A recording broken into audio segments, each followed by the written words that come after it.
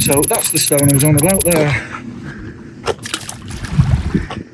mean, if you could set up somewhere there with and get a view of the... there's Moucott Loop. Morning and welcome to Apedale Country Park in Staffordshire. I'm here today to chat with Pat, Robert and Phil. They're sort of the Staffordshire version of Last of the Summer Wine. They're rambling around the local area, and what beautiful countryside. We've been here as well before. A while back we had a run around Apedale and Silverdale at dawn. So we're looking out here towards Newcastle-under-Lyme. The views here are really magnificent. Just look at that. And if you look to the left from here, it's a bit hazy today, but you could just about make out Macclesfield, Shining Tor and Shuttlinslow.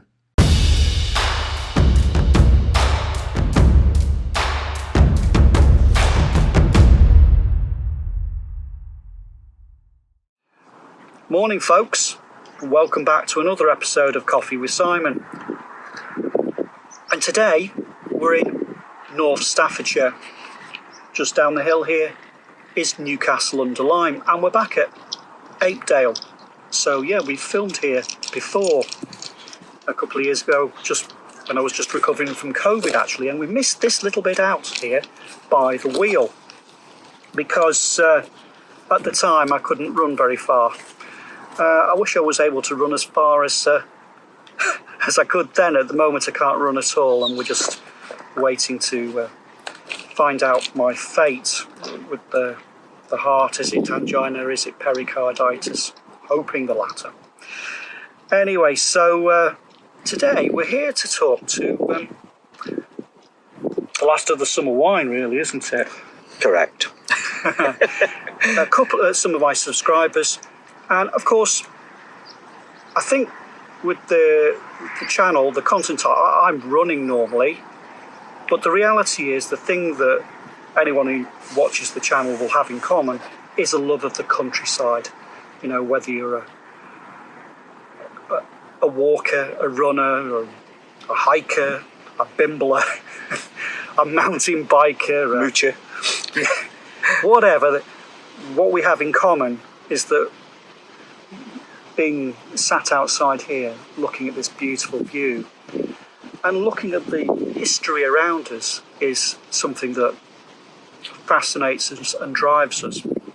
So today we're here with Phil and, Pat. He's an ex-runner. And over behind us we have Robert, who's a bit of a historian. Now, actually, and all of them today, I really want to suck their brains dry about Staffordshire, because I'm a Cheshire lad, so I tend to look, when I think I look north, I don't really know Staffordshire that well, and there's so much fantastic countryside around here to explore. So, and Phil, for instance, whenever I put out a video, he always has a really insightful comment on it about some bit of it, that some fact that I knew nothing about normally. I can't always put all the facts in, to be fair. It would just be, there's too much to say, isn't there? But yeah, he's very knowledgeable. So we're going to try and get some of that information out of him. So let's start with you, Phil. So why do you enjoy walking? How did you get into it? with my father really. He was the inspiration. I used to go out with him on quite long walks really. For a little lad. Yeah. And also cycle rides as well. And my dad was one of these people. Wherever we went, he always seemed to know somebody. Yes. And I remember one particular instance of we lived in Audley. Yeah. And we went to cycle ride to a place called Checkley, the other side Rhine Hill. I've got a friend who lives in Checkley. And my dad. Don't I, Dave? we went to this guy's house. I think he was a guy that worked with my dad because my dad was a miner, and I think we went to his house. Had a cup of tea or whatever. I was only young. I was only a little lad, and my overriding memory of being there was this guy had a tortoise with an hole drilled in the back and a piece of string attached to the tortoise to a stake, so the couldn't get away. So the tortoise couldn't wander away. Yeah, and silly I think things that's an analogy for silly life, things isn't like it? that. Yeah. Silly things like that stick in my mind. And of course, we used to cycle down to Bartonley, which is only Filmed there. just over the border, from where we used to live. And I used to come this way quite regularly with my dad, blackberrying around this time of year, because my mother was a great one for making jams. And So I don't want to be disrespectful, but I'm guessing it used to look a lot different round here. It did. Well, it was more the other side, really. Right. More towards Apedale Wood proper. I mean, this is it's all generally Apedale Country Park. Yeah. But this area was a great big open cast area, and prior to that there was collieries. I think my dad worked in one of these, years and years ago. But he was only 50 when he was invalided out. Right. With pneumonicosis or whatever. Yeah. Another memory of my dad is we lived in a house with stairs, and I can see him now, sort of hands and knees crawling up the stairs, to get to bed. Not much fun. I mean, it's hard times. Those. The dust. Dust is a killer. I mean, imagine coal dust. Pneumonicosis. I mean, just some of the mines around here, I believe they suffered with fire damp, didn't they? The mini pit. That was killed a lot of people. Killed a lot of people. There was another one over the hill. I mean, Robert will tell you more than me really about these local colliery disasters. But there was. The mini pit came right at the end of almost at the end of the First World War. Yeah. So it decimated the village really. Of a lot of the guys had gone off to the front. They got the war, and then they got the depression. Kill a whole community like that. And then there was, what was it, 150 odd that were killed or something like that? Yeah. I mean, there are Rhodeses on there, but I don't know whether they are any relative or not. There's a memorial with all the names of all the people, and there's a couple of Rhodeses on there. Right. And whether they were relatives or not, I don't know, because both my parents have gone now, so. When you're young, you don't tend to ask these questions. No, it's after they're gone you start to go, I don't know any of this backstory. So tell us about, you've travelled far and wide, and we've talked before, and you've explored. You've been to a lot of the places I've been to, and some of the places I've not been to. So tell us about some of your favourite places that you've visited. Favourite places? One of my favourite places actually was the walk to the Black Lion at Constable Forge. That was beautiful. Yeah.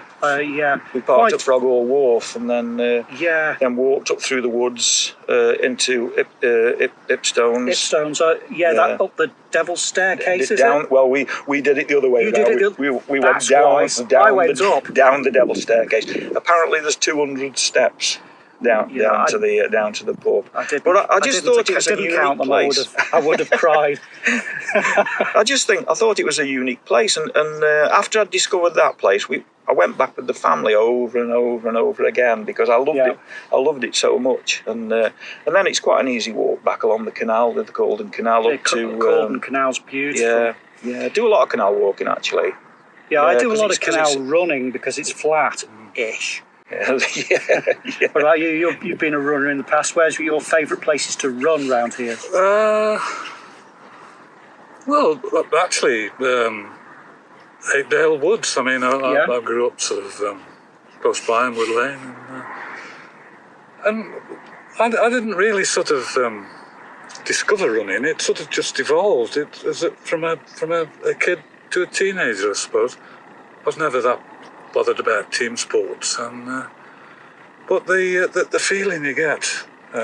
It's the. I've often, when I was reasonably fit, I've often gone out running and and found myself somewhere else. Yeah, your brain turns off. It's really weird, and it's difficult to explain. Is it to like people transcendental meditation? Yeah, It is like transcendental. I think you really have to do it to get it. I don't really get that from walking, I must admit. It's a poor substitute, really, walking compared to running.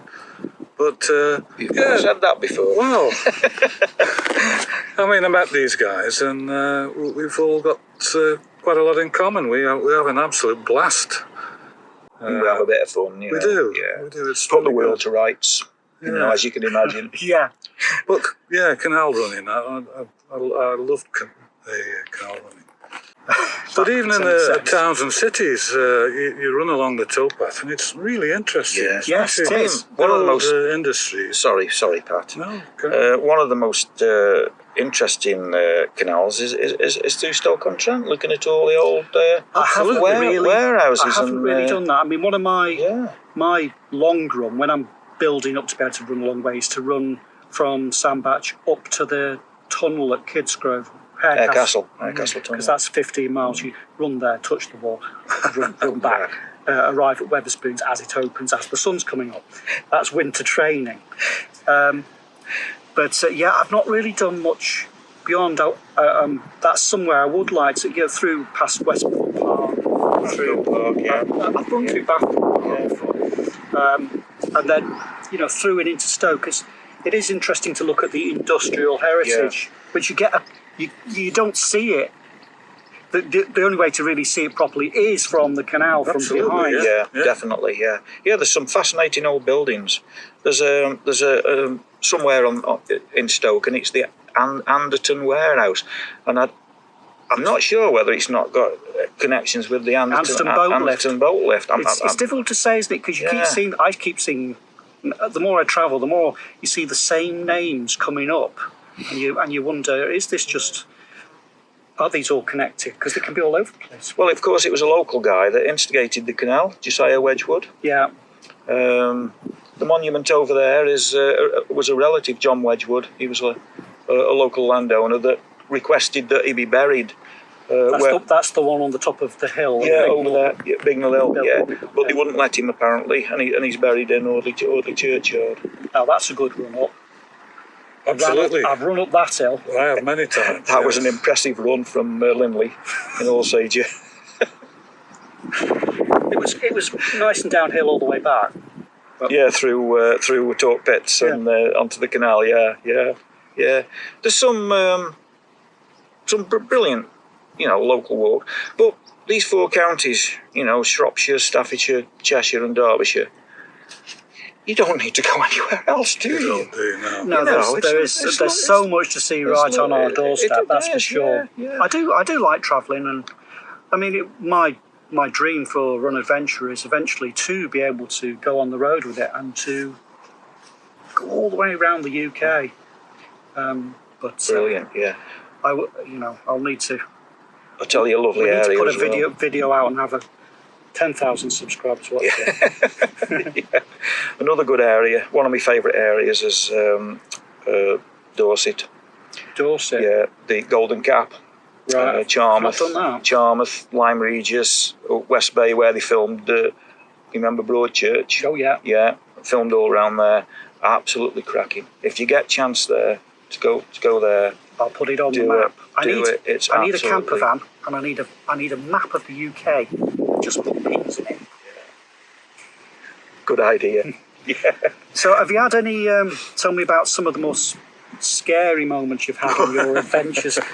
Times when it's all gone slightly askew. Oh, I know what he's going to talk about. Yes. What's that? Gribgoch or Kinder? No, the dragon's back.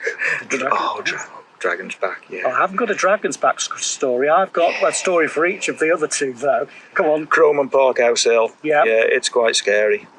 I ended up coming down on my backside with the assistance of a couple of other people. I lost my bottle coming down, and there's a sort of limestone. How would you describe it? Really, a limestone pavement that's on about a 45-degree angle, and I just couldn't find any grip at all, and a couple of guys that they weren't local. They were from off somewhere, Warwickshire or wherever, and they assisted me down. Just only a few yards. Only 2 or 3 yards, but it was quite scary. Yeah, I must admit, I don't like heights. So when you won't like that walk then. That's horrible. So, and of course, running up mountains is hard work. So it's the sandstone trails. There's got quite a few airy moments on that as well, isn't there? When you've come off Roarhead and you're going down, and then you've got the drops where the old quarry used to be. You're looking down onto a brown knoll, and that's right. And that area that can be quite. You're quite close to the edge there. Now it's all right there. It's so you mentioned up Snowdon, Gribgoch. Gribgoch, yeah. I mean, I've done that with Dave, the gentleman from Checkley, took me up there, and so we went up Snowdon. We went obviously the sensible way up the miners' track. Oh, no, right. no, did we? Lamberry's way? No, that time we went up the pig track. Snowdon, by the way. Yeah. And but then coming back, we decided to go across the Horns at Gribgoch, that there, and I would never ever do it again. No, neither would I. Because I mean, there were places where it is literally that wide, or is it just my memory playing tricks on me? And it's like a 1,000 foot down either side. Scary. And you. Well, we didn't walk on the ridge. We walked at the side, holding onto the ridge. But that was probably wise, because there is one bit you're going along, and all of a sudden it goes up by about 5 or 6 feet, or it feels like you're going up 100 foot. I know. I remember that bit. Yeah, it was scary. That was my brother's silly idea. They booked accommodation in Conway. And he said, "Oh, if it's nice tomorrow, we'll go up on Snowdon, and we'll come down via Gribgoch." He says he'd done it when he was a youth, and he said it's one of the finest ridge walks in Britain, and he said when they were doing training for Everest, Hillary or whatever, they trained on Gribgoch apparently. And anyway, we were coming off, and it starts off quite reasonable, and then it just goes to that sort of it was like that, and that was too much for me. And we to be perfectly honest, we hadn't got the appropriate clothing on, and we got a great big bag that kept swinging, and my wife Joy was. You do have thinking, to go prepared, don't you? We're gonna go off here, If you are going to head up into the hills, it's you want to make sure you've got the right shoes on, the right clothes on.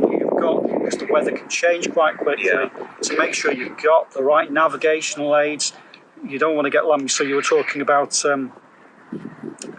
Jacob's Ladder, was it? You were talking about in Kinder? Kinder, yeah. I mean, I've been up there, and we got to the top. We just went into the cloud. So you get to the top, and you cross a stream, and then we're just in the cloud. And so we're wandering around in the cloud trying to find our way.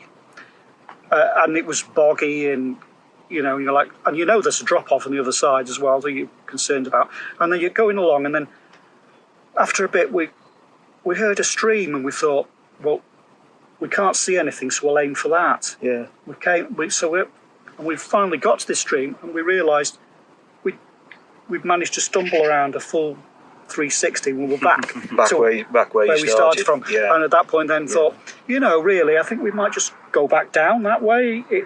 Bit of common sense now and again is. We got lost on Kinder, didn't we? I was just going to say, I think overall that's one of my favourite walks from Hayfield, didn't we? Hayfield, and we went up via, is it the Clough? Something. William Clough, yeah, right. Yeah, and then you hit the Pennine Way, and then I will definitely go up there again. Yeah, but we'll pick a clear day, especially if we're going to film it. But we want to be able to see something. The rutted paths, there's like sort of very rutted paths, and I'd got shorts on, and you know the eyelets in the boots, Yeah. they locked together, Yeah. and I went flying. Yeah, that's not fun. That's not fun. Yeah. And of course they had to come and rescue me. That has happened to me, but not with walking boots. I was running down the Whitegate Way, All right. Yeah. which is nice and flat as a pancake. Yeah.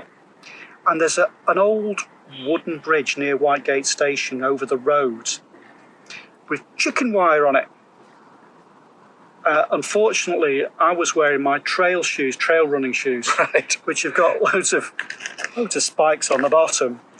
And I caught both feet in the chicken wire, and so went from running to face down, flat down with me.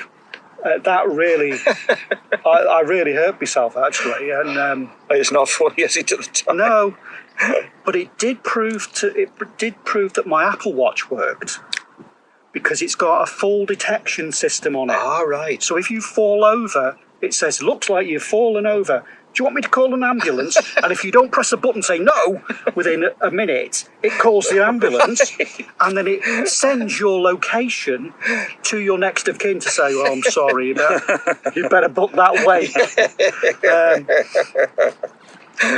So that works. Yeah.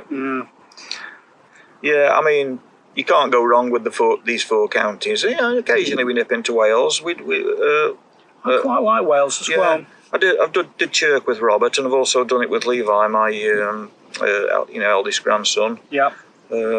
That was good, because we did the tunnel and the aqueduct. Yeah, I mean, I've been. But we went up to the castle, Yeah. 'cause, I mean, you don't have to be a member. You can wander through the grounds. You don't have to be a member. I might do that, National because Trust. I got as far as the tunnel at Chirk when I ran down the canal to Chirk. But I would like to go back, because I would like to run through to Llangollen, Yeah, that's supposed to be spectacular.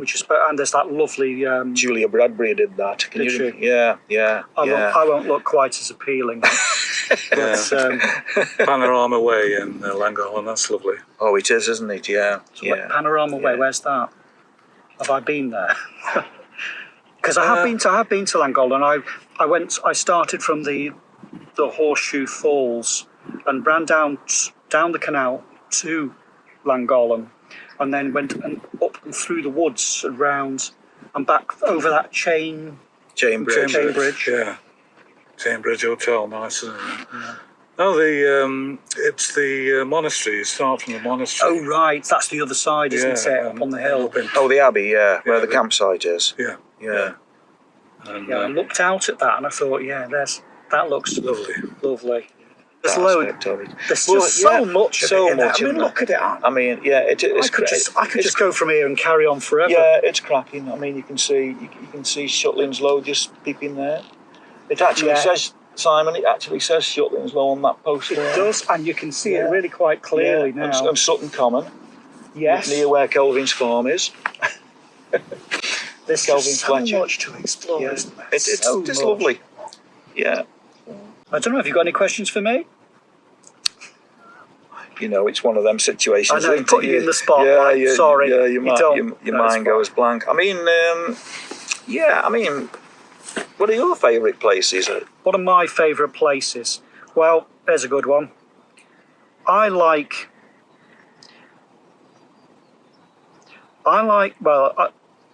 to be on the sort of the interface between land and sky, beach and sea, river, I've and noticed that. Yeah. I like it's where you're on the edge of something. Love your coastal runs. That's what. So I love Wales, yeah. I love getting down the coast in the winter. Yeah. I was going to say, also the weather on that particular day and the seasons influence what you take away from a walk, I think. As well. They do. Very much so. I'll be honest, this is my favourite time. We're coming up September, October. That's right. Yeah. When the leaves start, becoming that. The thing I love about this time of year is you can get up and you can be out during magic hour when the sun is just rising and you've got all these fantastic colours and in the sky, and it's so peaceful and so quiet. You and the nature. That's It what is. And if you have I days of gloom and rain, and you get a day like this, you really do appreciate it rather than the summer taking it for granted. And there again, that improves your mood, and if you're in a good mood, you enjoy. Brilliant for your mental health. It really is. It really is. Yeah, it really is. Yeah. You know, as we talked about before, with running, you do end up in a transcendental It's state. really weird. Yes, It is strange. I'm guessing your body's pumping out loads of endorphins and endocrines, and it's a high. But if you enjoy walking, if you enjoy the countryside, you put the two together, the trail running, it's just absolutely magic. And one day the day will come where I can't run and I will just enjoy this part of it. Yeah. Well, you'll have to come up here again. I will. There's plenty to see. I definitely will. Plenty to see around here. Yeah. And all those units in the valley there. Yeah. I mean, they've grown up over the years, but that's always been an hive of activity. I mean, Robert could tell you more, really.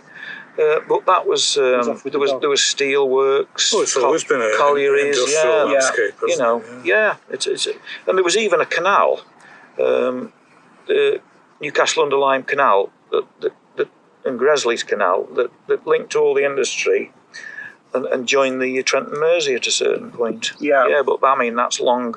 Well, there's a fragment or two, isn't there? There's a fragment or two. I'll have to have a look. If you go to the Lyme Valley in Newcastle under Lyme, and park behind, it was one of the DIY places off Brook Lane, and if you walk through the valley there towards the hospitals, the University Hospital of North Midlands, there's quite a lot of canal there, which is interesting.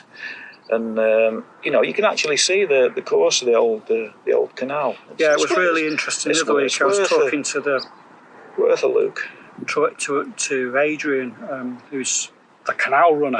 Who's taken on running the whole entire canal network.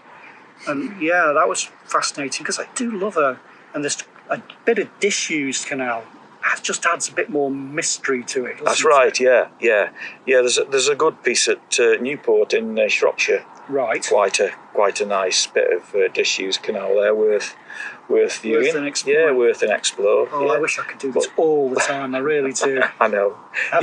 Well, the Calden Canal, used to go into Uttoxeter, but it finishes up at Frogall Wharf now. That's right. But the old signage, the old mileposts or whatever they are, it still says Uttoxeter on it. So many miles. Yeah, I think they had the main section, didn't they, which was basically for bringing the limestone and the coal down to the potteries. Calden quarries. That's right. Yeah. Up from the up on the moors and what have you. And then they did a branch off to Leek. That's right. Yes, it splits at Hayhurst. We did that the other week. A couple of years ago, didn't we? Where the two canals. I think there's a nice I believe pub it's along about there. 18 miles, isn't it? I have in mind at some point to run the whole thing in one direction. That would be a good because you can always get a bus back from Leek. Yeah.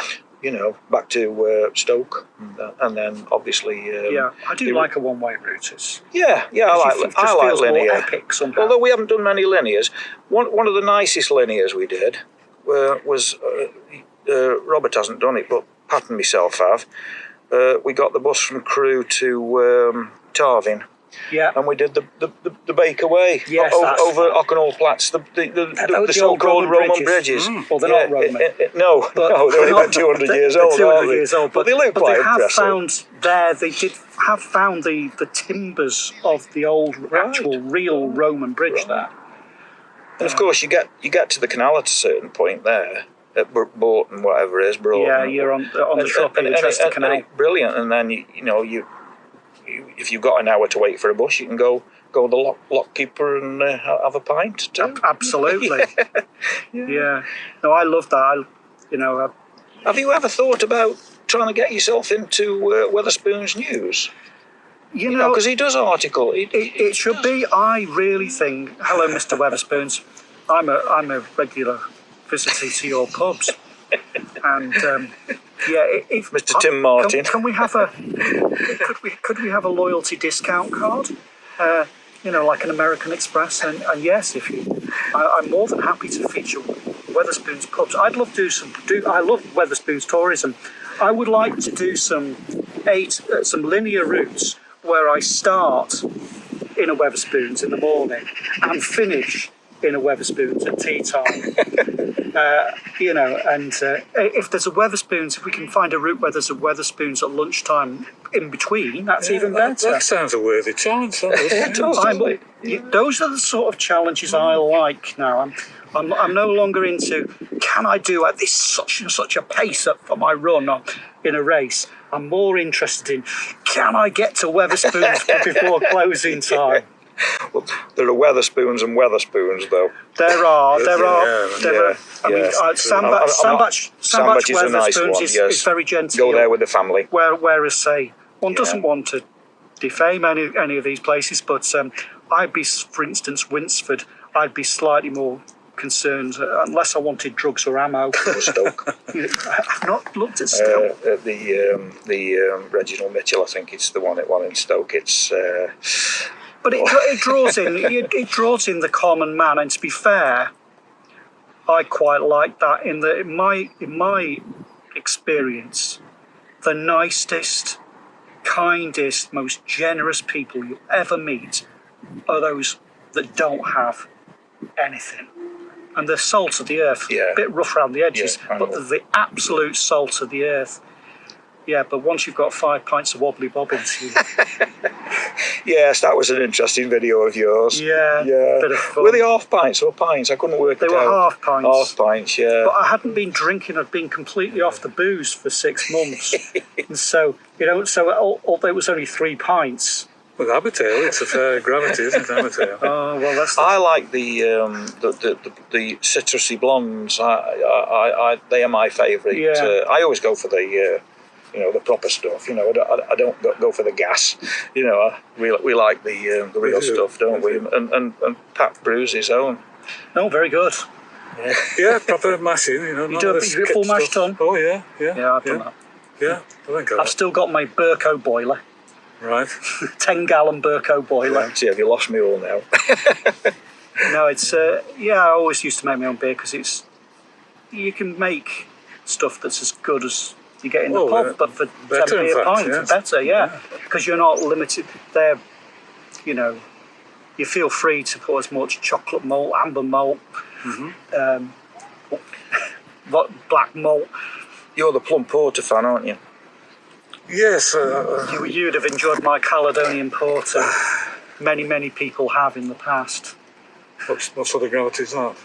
It's about 5%. 4.85%, something like that, and but yeah, that's basically every type of malt available is in it. It's just like it's chunky. It's like you're biting into it. Wow. I'm making myself thirsty now. The Gresley Arms at the top of the bank, Yeah. That's got one of the finest views in Staffordshire. You can see all the sandstone ridge. Including the mast at the Old Pale. Yeah, that's worth a visit. Right, we're going there. Even if we can do decent beers as well. Do decent beers, yeah. I mean, we can call there if you like. Sounds good to me. If you can fit us all in. Absolutely, I'm all for it. Yeah, more the merrier. Yeah, and you should get the views today, shouldn't we? Oh, it's one. I hope so. Overlooking Cheshire. You can see Crewe is there. What, do you fancy going up there now? Then we can do. We could finish the video with a fantastic view. And so we headed down to Alsager Banks and sat outside the Gresley Arms. Well worth a visit. Fantastic view. I really enjoyed my chat with Phil, Pat and Robert. I hope when I come to retirement, I can be part of a last of the summer wine trio like this. Sounds like an ideal retirement plan.